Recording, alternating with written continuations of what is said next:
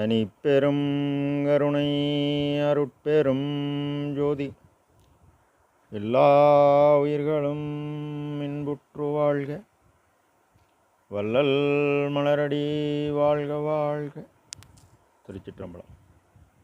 உலகெல்லாம் போற்ற ஒளிவடிவாக விளங்கும் அருட்பெருஞ்சுதி ஆண்டவரின் திருவருளையும் அவரின் பரிபூரண அருளை பெற்ற சர்க்குரு சிதம்பர ராமலிங்க சுவாமிகளின் குருவருளையும் மனமொழிமையால் போற்றி பணிகின்றேன் தயவுடன். இவ்வுலகத்தில் மனித பிறப்பு பெற்றுக்கொண்டவர்கள் இப்பிறப்பினால் அடையத்தக்க ஆன்மலாபத்தை காலம் உள்ளபோது அறிந்து அடைய வேண்டும். ஆன்மலாபம் என்பது எவ்வித ஆதாரம் இல்லாத ஏழைகள் பசியை போக்கித்தான் பெற வேண்டும். இது சர்க்குரு வாக்கு, அருட்பெருஞ்சுதி இறைவனின் வாக்கு. நாம் செய்த செயலின் நுழைவாக இன்ப துன்ப அனுபவங்கள் யாவும் வந்து கொண்டே உள்ளது. அப்படி வருகின்ற துன்பம் யாவும் பொறுத்து எல்லா உயிரும் இன்பமாக வாழ எண்ணினாலே எல்லாம் செயல்கூடும். பெருமான் திருவருள் விளைதல் 3வது பாடலில் உன் கடன் அடியேற்கு அருளல் என்று உணர்ந்தேன், உடல் பொருள் ஆவியும் உனக்கே பின் கடனின்றி கொடுத்தனன். கொடுத்த பின்னும் நான் தளறுதல் அழகோ, என் கடன் புரிவேன், யார் கெடுத்து உரைப்பேன், என் செய்வேன், யார் துணை என்பேன்.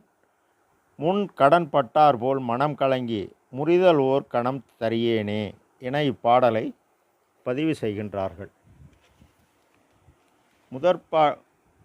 முன்கடன், அதாவது அறம் சார்ந்தது பொருள். நான் அறம் செய்யவில்லை, அதனால் வாழ்க்கைக்கு பொருள்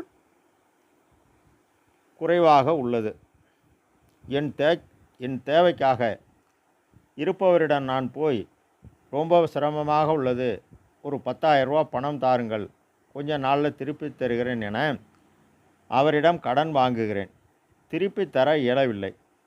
காரணம் கடவுளார் கூறுவார், இலர் பலராகிய காரணம் நோற்பர் சிலர் நோலாதர் பலர் என்பார்.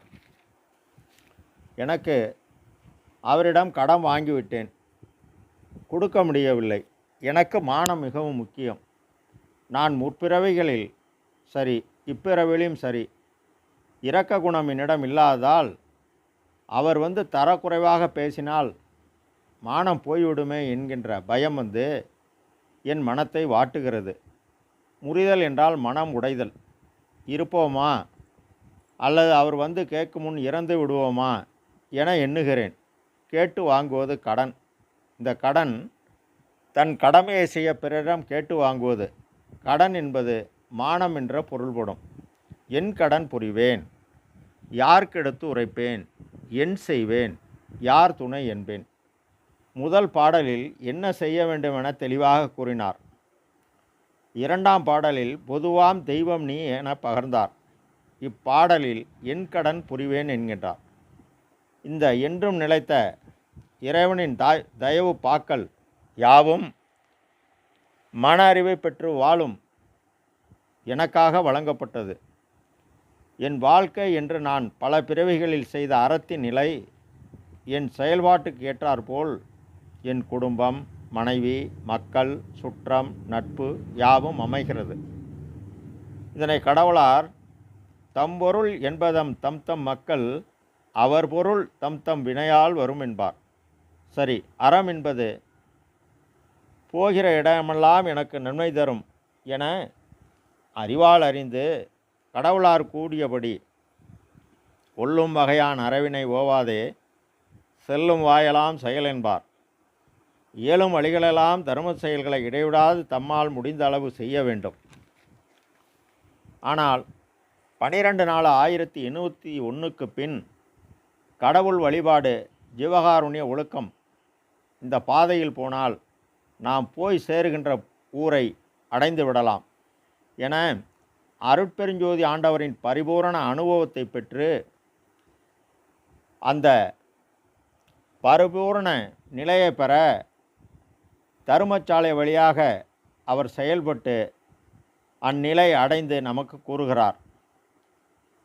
நான் சென்ற பிறவியில் என் தேவையை மட்டும் கருதி பிற உயிரின் துன்பத்தை பற்றி பொருட்படுத்தவில்லை.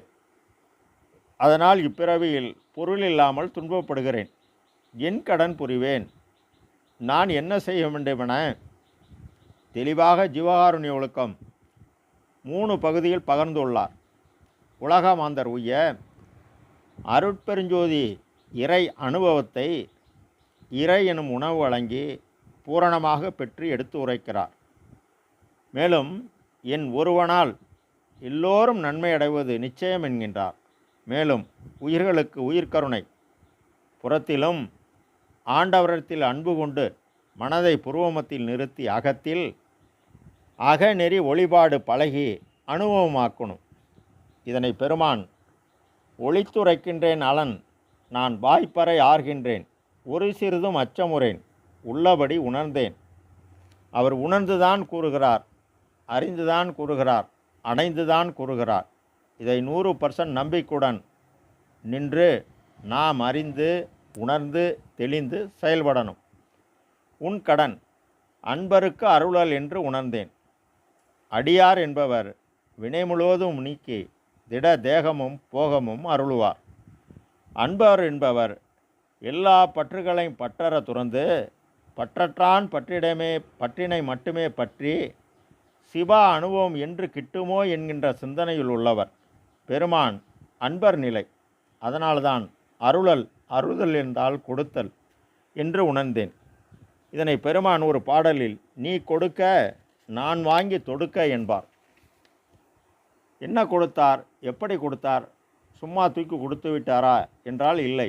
51 ஆண்டு 3 மாத காலம் கொல்லா நெறியே ஒருவருள் நெறி என பல்கால் எனக்கு பகர்ந்தமை சிவமே என பாடுபட்டு உடல் பொருள் ஆவியும் உனக்கே பின் கடனின்றி கொடுத்தன. பின்னாளில் பெற்றுக்கொள்ளலாம் என முன்னாளில் கொடுப்பது போன்றது அல்ல. சரணாகதி அபயம்.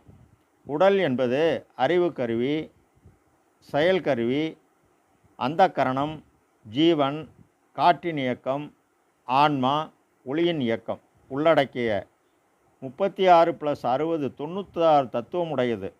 எம் குலம் எம் இனம் என்ப 96 அங்குலம் என்றருள் அருட்பெருஞ்சோதி என்பார். என்ஜான் உடல். பொருள் நிலையில்லாத பொய்ப்பொருளை கொண்டு நிலையான மெய்ப்பொருளை சம்பாதிக்கணும். இதனை கடவுளார் ஈதல் இசைப்பட வாழ்தல் அது வல்லது ஊதியமில்லை உயிருக்கு என்பார். பரபாகாரம் செய்து உயிருக்கு ஊதியம் தேட பலகாலம் தினசரி செயல்பட இது இறைவனால் உபகார சக்தி கூடி உயிர் பொருளை காப்பாற்றும். ஆவி உயிர்பொருள் ஒளி தயவால் ஒளி கூட உள்ளமாகிய புருவமத்தில் ஆன்மா பிரகாசம் அடைந்தால் சபை எனது உளமென தான் அமர்வார். அமர்ந்து அபயம் வழங்கி பின் உன்னை பார் உன்னுள்ளே என்னை பார் என்பார். புறத்தில் ஜீவகாருண்யம் அகத்தில் புருவமத்தில் தவம் புரிய ஆவி புலப்படும். உடல் பொருள் ஆவியை அவரிடம் ஒப்படைத்தாகிவிட்டது. உன் கடன் அன்பருக்கு அருளல் என்று உணர்ந்தேன்.